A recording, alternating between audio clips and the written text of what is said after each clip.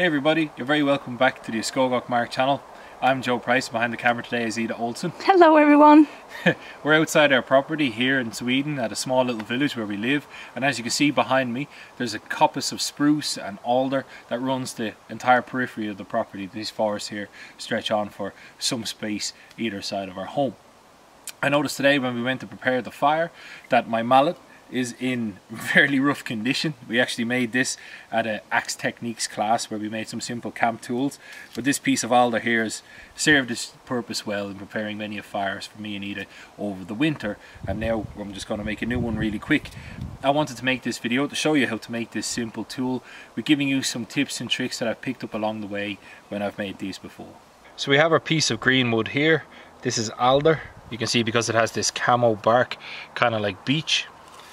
Up the top, you'll always know it's alder because it stains brown really quickly, and it also smells, and the reason why it stains brown is because it's starch and it smells like potatoes, like when you cut fresh potatoes. I chose this piece because it's relatively not free, although we do have a root collar here which would probably lead into some ancillary wood in and around here, so I don't want to go battening through this, so I think I'm going to make this the body of my mallet. Up here seems relatively okay. So this will be quick and easy to put on off to make my handle. So the first thing we're going to do is make our initial cut so we can get started on that. So first things first, we want to make our initial cut to give us the gauge of our handle. When we cut into it, we want to cut in probably about a quarter to maybe half of the way in towards this ring here. And it's always good to take a gauge with your saw, because if this saw was to disappear in the wood, you could see my handle would be too small.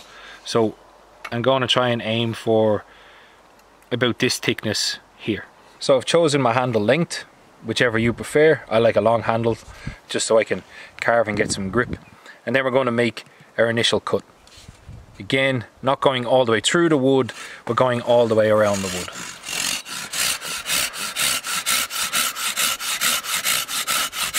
So I can see I've got to a pretty decent depth there. I'm just going to rotate it ever so slightly. Don't try and start a new cut, just rotate it around.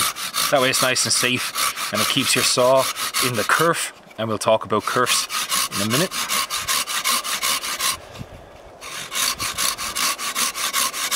You see now I don't have to remove my saw, take it out of the channel. I've got my gauge, which I kind of roughly looked at earlier on, and I'm just carrying it on around. Doesn't matter if they don't line up on the other side, that's okay. You can put a bit more finesse into it if you want than I do, but I need a mallet. I'm going to get a job done. I don't need a work of art. Just tidying up my depth. You can see I'm using my depth here. Again, keeping the saw in the kerf, and that's about right. So first of all, what is a kerf?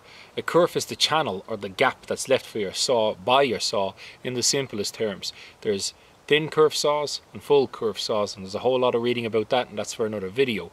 But my Silky leaves a very thin kerf, so do most backhoes, and the Victorinoxes are extremely thin. So what happens when we go to batten or remove these materials is that kerf will close, and then your wedge will get stuck, and it becomes very hard to batten this material off. So I always recommend widening this channel, which gives your kerf a bigger gap, which allows your pieces to batten off a lot more easily, because that kerf channel isn't going to close. So there you can see what I've done now. Using the same technique of leaving it in the channel, going around the saw, I've removed an extra section of kerf and an extra section of kerf. Takes no extra time at all. And like I like to say, if you got the time to get it wrong, you have the time to make it right. So taking these extra steps, easy game, easy life the whole way through. An extra wide kerf is always good when you want to do stock removal on camp projects. So the next thing we want to do is the stock removal for our handle. I always recommend choosing a stout knife for this. This is the Banshee by Field and Steel. Hashtag selfless plug. So now I'm going to batten away stuff here, and if you're battening, only use half of the width of your blade. So I'm going to pizza slice this. Take a piece here, take a piece here, take a piece here, and on the way around. But if you have an axe, feel free to batten it off with your axe to get those big chunks off, or you can use a froe, whatever tool you want to use. But make sure to look after your knife. This is purposely built for stock removal and heavy removals of wood, so I have no problems here. So let's get blasting off these sides.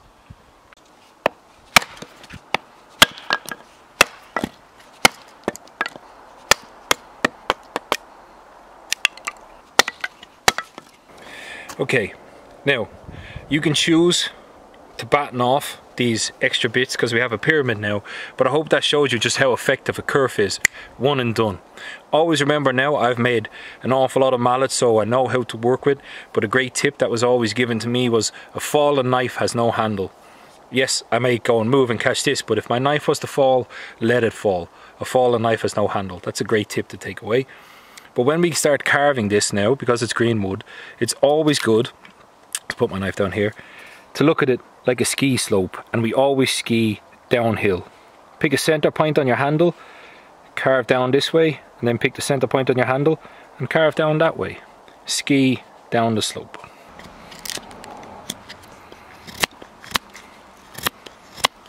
So there you have it, folks. That's a really simple, really quick way to make a mallet for around the home. You can craft some beautiful versions of them, but mine are just down and dirty. They need to process firewood and get on with it. One thing that I'd recommend to have, is that a wedge in your pocket? Are you happy to see me? No, it's a wedge in my pocket. These little arborist wedges are great if you craft around home.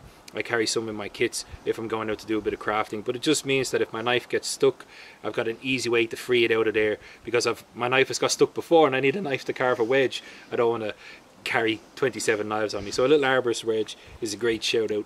And shout out to CY Bushcraft over on Instagram. Everybody should go give him a follow. We had a great discussion about these wedges, but the proof is in the pudding, and I'm going to go about splitting some wood here.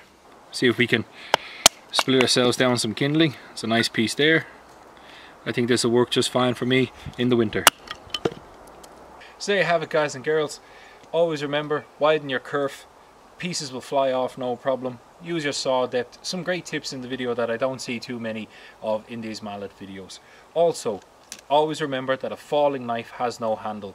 Yeah, if your tool falls you can grab it, but if your knife falls, let it fall. It's a lot easier to repair your knife than it is to repair you.